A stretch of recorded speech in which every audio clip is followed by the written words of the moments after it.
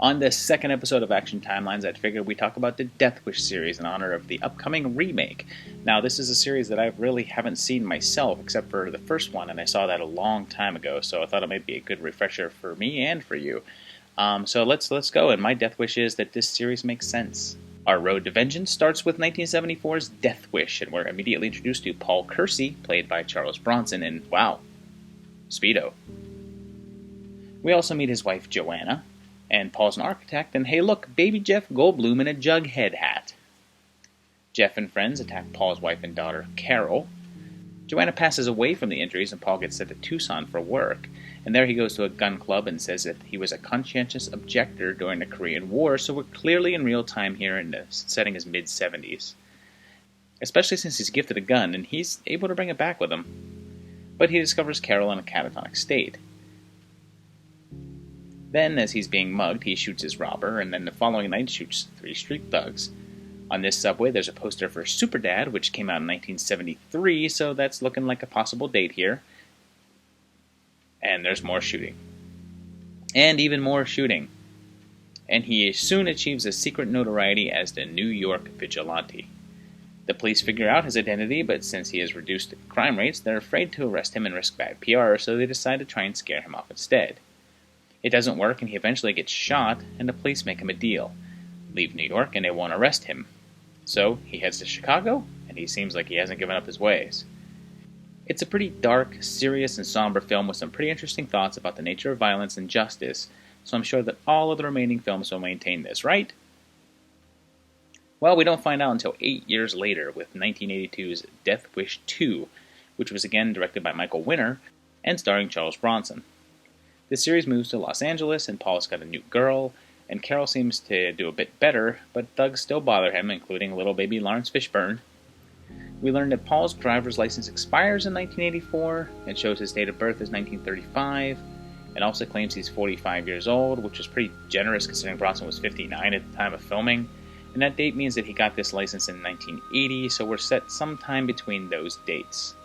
The gang breaks into Paul's house and rape his maid, then beat him up, and kill her, and kidnap Carol because Carol can't catch a break.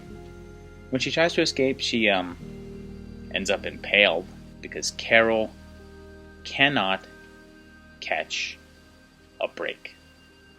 This handy wall calendar shows the date of Monday, May 18th, which occurred in 1981, so we have a date here. He starts hunting the gang members and ends up killing a couple by just walking around LA until he finds them, which is pretty lucky for Paul.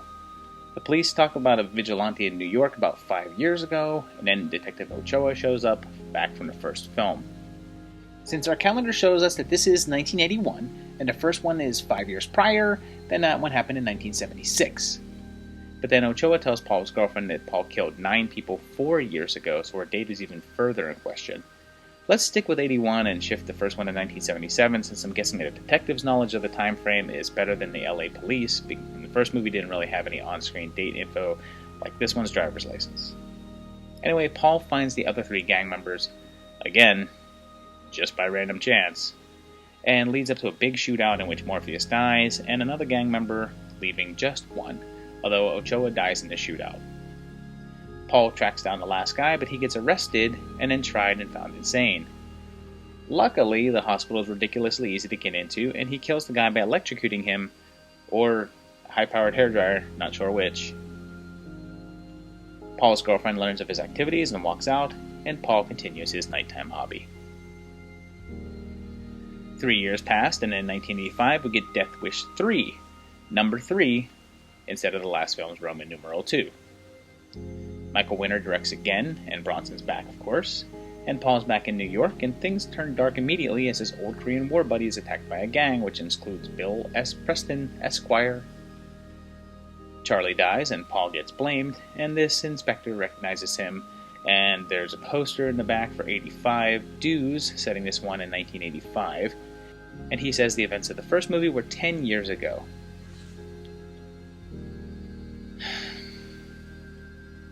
Okay, so that would make the first movie in 1975, but then the second movie would have to happen in 1979, and Paul's license and the wall calendar say that that's not true, so we're sticking with our dates and assuming that Stryker was approximating. Stryker cuts a deal with Kersey, letting him loose as long as he reports to him, and Paul goes to work.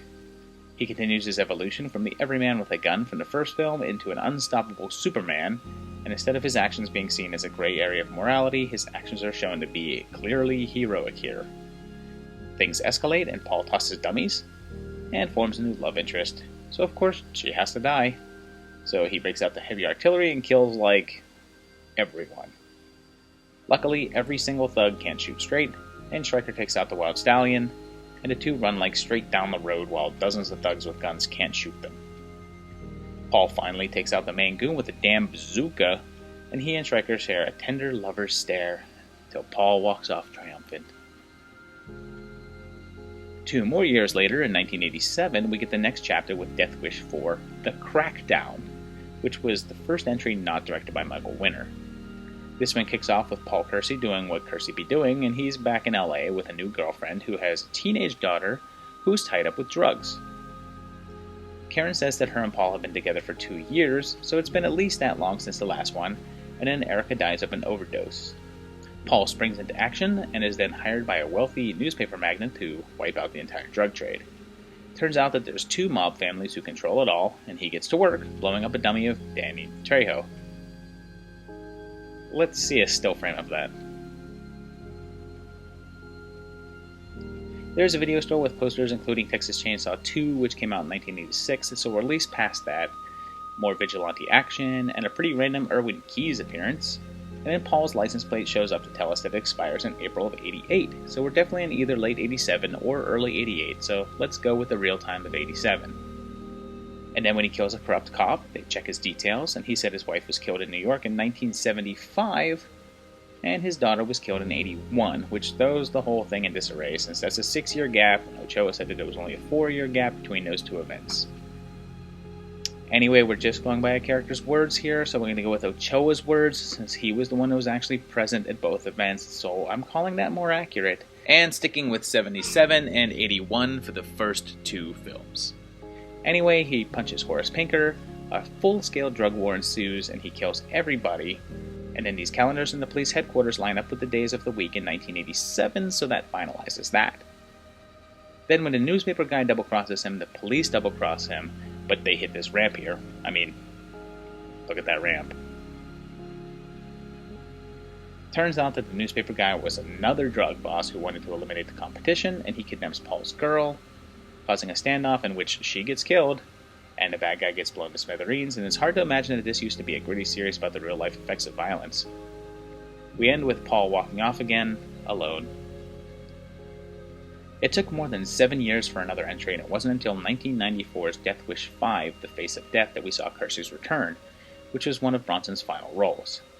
We're back in New York, and Paul's got a new girlfriend who's in the fashion industry, and she has a daughter with a mob boss dad. We find out that Paul entered a witness protection plan and is now Paul's steward, and he gets engaged, so Olivia's pretty much doomed. But I mean, who could have guessed that she'd get disfigured by a guy in drag? And then, shortly afterwards, she's shot and killed, because Olivia cannot catch a break. When O'Shea takes custody of Chelsea, Paul goes back to his old ways, killing goons with cannolis, and the newspaper that reports it gives us a date of 1993, so it looks like 6 years have passed since the last film. Then it turns out that the DA's assistant is dirty, and Paul kills a guy with a remote-control soccer ball, because any notion of reality in this series has long ago been gunned down. And let's see a still frame of that one, too. He kills the assistant, and then heads to a final face-off, where he fights with a plastic wrap, and an industrial shredder, and then he dumps Tommy into an open pool of acid, which every garment factory has. He walks off again, and that would be the ending of Paul's journey, as Bronson retired from films shortly thereafter. There were plans to continue the series with a new Vigilante in Death Wish 6, although that never came to fruition. Also, the original Death Wish was based on a novel, and the book had a sequel called Death Sentence. James Wan's 2007 film of the same name was loosely based on this novel, although it was ultimately not tied to the series. And that brings us to 2018's remake, directed by Eli Roth and starring Bruce Willis. It looks, more like one of the sequels than the original. I don't know. Cross your fingers? Oh, it's Eli Roth. Never mind. So there you have it, 5 films, about to be 6, with somewhat of a continuity, I guess. They actually had a fairly strong character continuity, just not a date continuity. Was it 4 years, 5 years, 6 years, 10 years? Who really knows? But let's hear for the female lead of Part 2, the only one of Paul's girlfriends to survive the entire series. Not a good idea to be a female in the Death Wish movies. So that's about it. Hope you enjoyed that movie. Please let me know in the comments what you thought below. I want to see what you want from action timelines. This is actually a category that I would like to expand a little bit further, so let me know what you want to see. Also, please check out my Patreon page. Here's the link. These are my patrons over here. They're all awesome people, and I thank every single one of them. And I thank you for watching these videos, and I'll see you again another couple weeks for another great video. Bye, guys.